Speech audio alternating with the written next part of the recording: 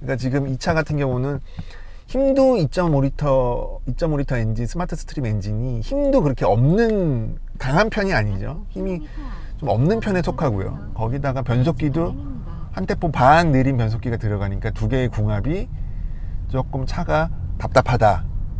아, 차가 좀 안 나가네. 이런 느낌을 느끼실 수 있을 것 같아요.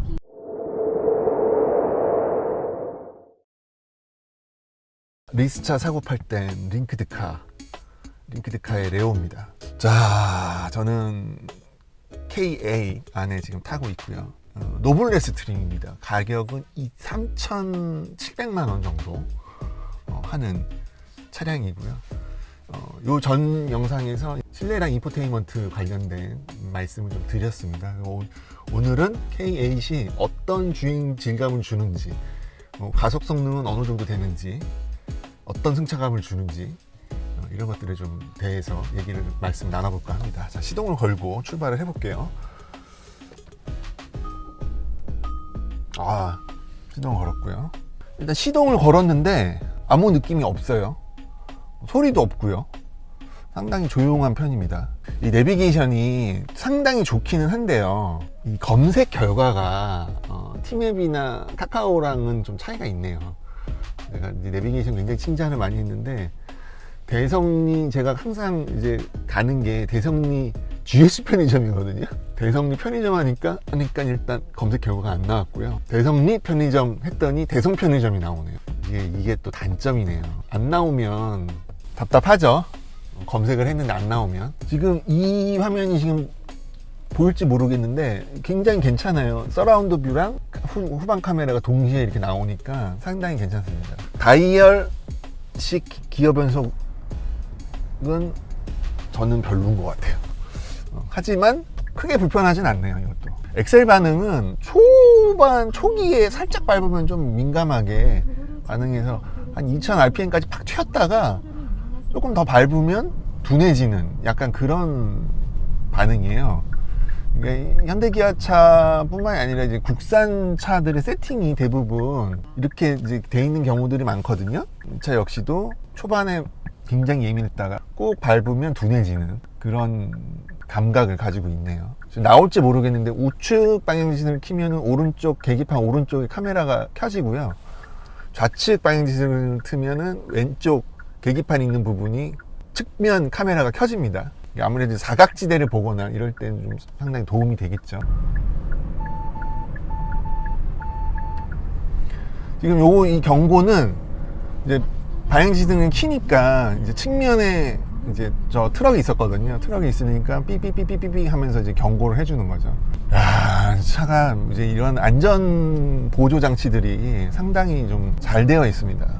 지금 저속 구간, 시속 60km 이내의 구간으로 달리고 있고요. 세팅을 말씀드려야죠. 타이어는 17인치입니다. 17인치에 22550 R17 사이즈의 타이어가 들어가 있고요. 넥센의 엠페라 AU7 타이어가 들어가 있습니다. 그리고 규정 공기압은 36인데 날씨가 조금 추워서 공기압이 조금 떨어졌어요. 33, 4로. 그래서 그거 조금 염두에 두시고, 지금 휠도 차체 크기 대비 17인치면 굉장히 작은 편이고, 사이드월도 50 사이즈다 보니까 차체가 조금은 기우뚱기우뚱 조금 하는 느낌이 있어요. 조금 뭐 이렇게 딱 붙어 있는 느낌이 아니라 좀 기우뚱기우뚱 하는 느낌. 그게 이제 좋게 얘기하면은 좀 승차감이 부드러운 그런 느낌을 주고요. 나쁘게 얘기하면 조금 띠뚱띠뚱거리는 그런 느낌이 있네요. 이게 지금 아이들 스탑이 없는데 이러고 정지해 있으면 참 진동도 느껴지지 않고 참 조용하네요. 차가 살짝만 밟아도 2500rpm까지 RPM이 뜨면서 초반 가속이 상당히 예민한 편이네요. 이렇게 부드럽게 운전을 할 때는 변속기도 그렇게 답답한 편은 아닙니다. 되게 빠르게 착착 하고 변속되는 그런 느낌은 아닌데, 그렇다고 되게 둔하다?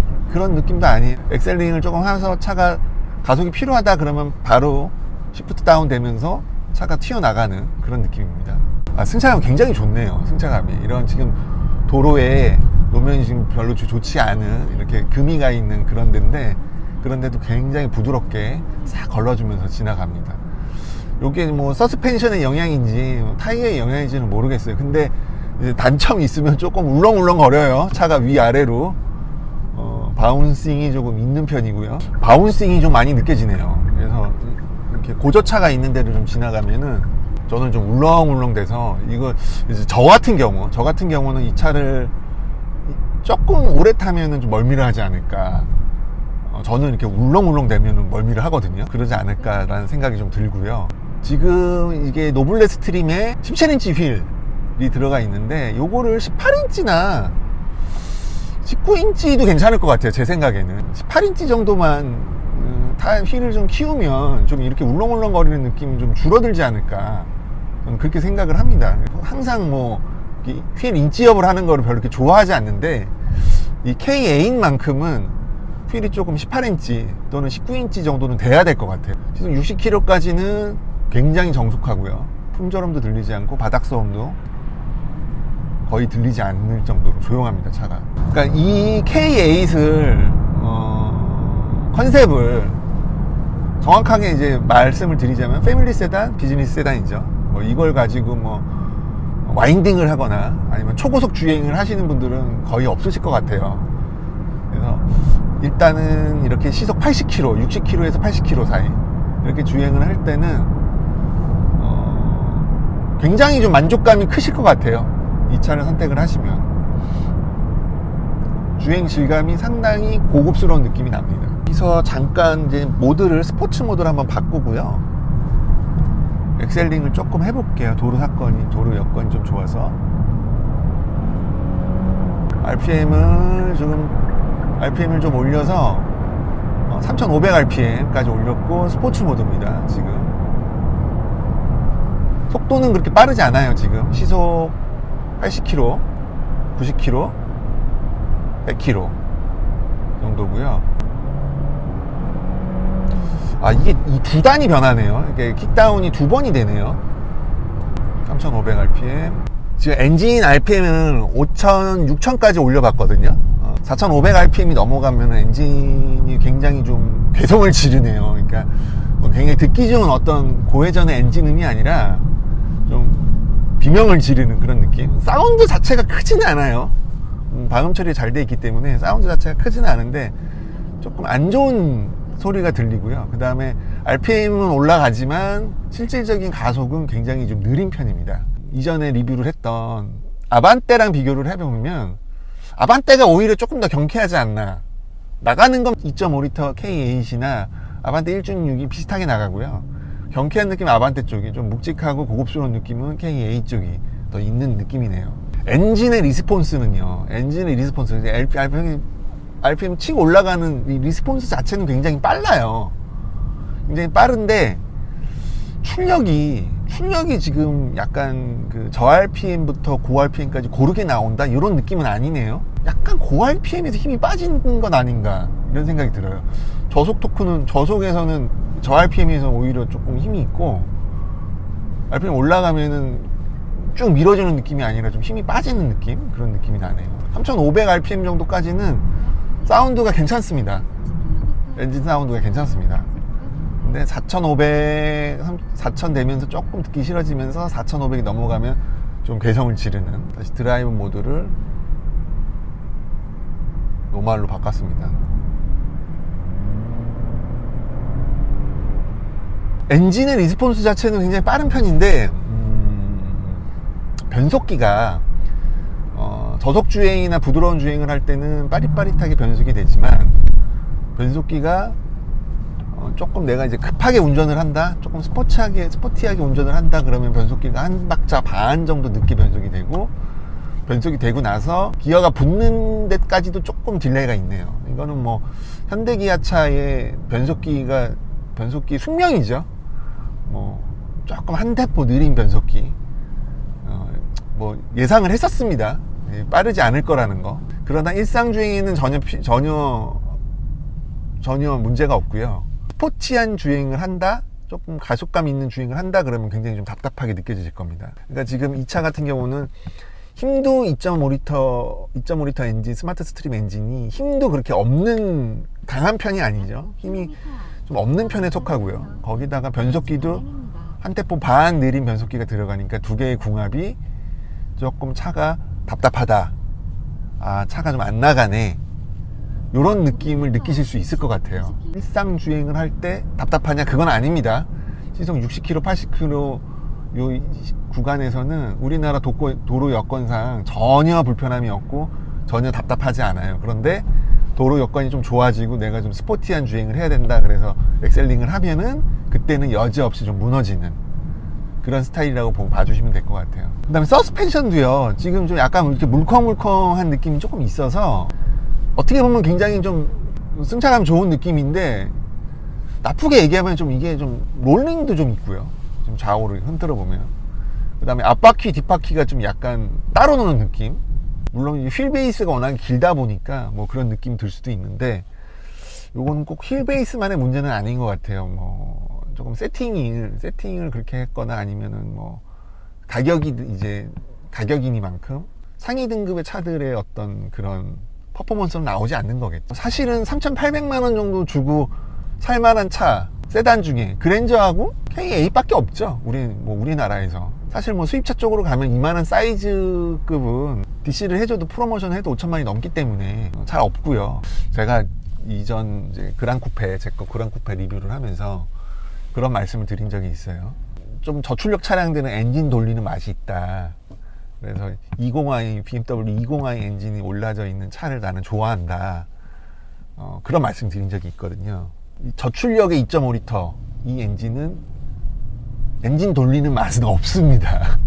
그런 컨셉의 차도 아니지만 엔진의 RPM과 차가 좀 딱 붙어서 민첩하게 움직이는 그런 느낌이 아니에요.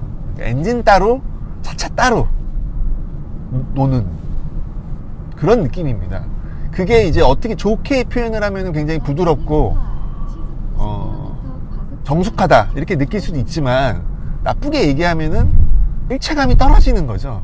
그러니까 엔진의 RPM과 차체의 움직임이 따로 노는 듯한 느낌, 그런 느낌이 듭니다. 그러니까 요거는 차량 선택하실 때 내가 조금 스포티한 운전을 즐기신다 그러면은 돈을 좀 들이시더라도 독일계 브랜드로 가는 게 좀 맞는 것 같고요. 나는 그런 거 필요 없고 편안하고 우리나라 정서에 맞고 편하고 가성비 좋고 4명, 5명 편하게 탈 수 있는 차가 필요하다.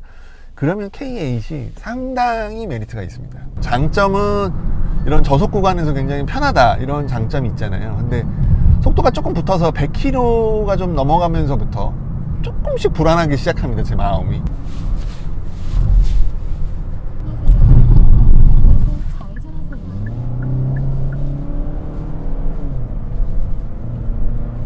뭐 조금 제가 정확하게 이걸 했는데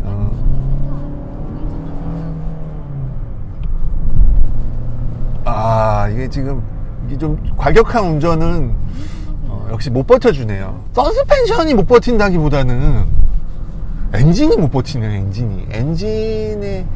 그러니까 엔진이 들어가야 될 때 RPM이 뜨고 빠져야 될 때 빠져줘야 되는데, 이게 지금 한 템포 반 늦다 보니까 괜히 쓸데없이 올라가고 괜히 쓸데없이 내려가고 그런 부분이 있네요. 이 스포츠 모드는 괜히 쓸데없이 반응이 빨라지는 게 아니라 그냥 RPM이 좀 높게 쓰는데, 그게 적대적실에 딱 올라가 주는 게 아니라 조금 생뚱맞다?